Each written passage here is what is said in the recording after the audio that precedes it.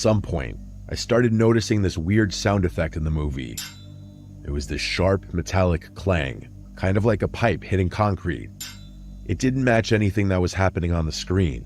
No one was holding metal, and no one was in a warehouse or anything like that, and it wasn't timed with the scares either.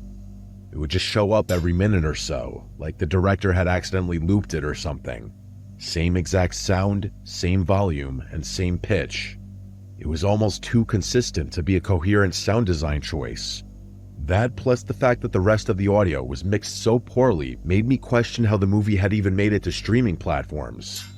The poor quality of the movie actually made it harder to turn off, partly because I was enjoying criticizing it, but also partly because I needed to see how something so terrible would play out.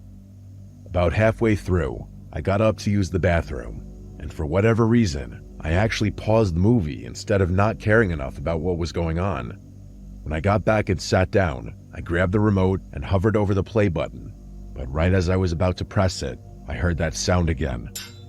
That same sharp metallic clang, except this time, the movie was paused. I froze for a second, just staring at the screen. No audio, no movement, but the sound had been clear as day, and it had come from somewhere inside the house. That's when it clicked. It had never been part of the movie. I stayed completely still, trying to make sure I hadn't imagined it. I watched the paused screen and just listened, hoping my mind had just been playing a trick on me. But then, about 45 seconds later, there it was again. The exact same clang. I didn't waste another second. I immediately jumped up, grabbed a knife from my desk, and started moving room to room, frantically checking every place someone could possibly be hiding.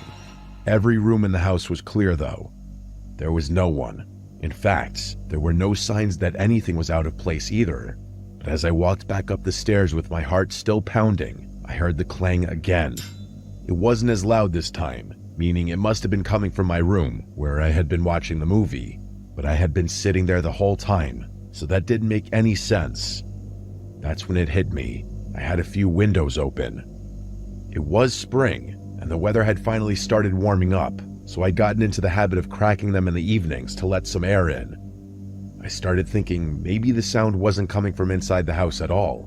Maybe it had been coming from right outside the house this whole time. I don't know why, but that thought scared me even more. I went over to the window and pushed the curtain aside just enough to get a look at the backyard, and there it was.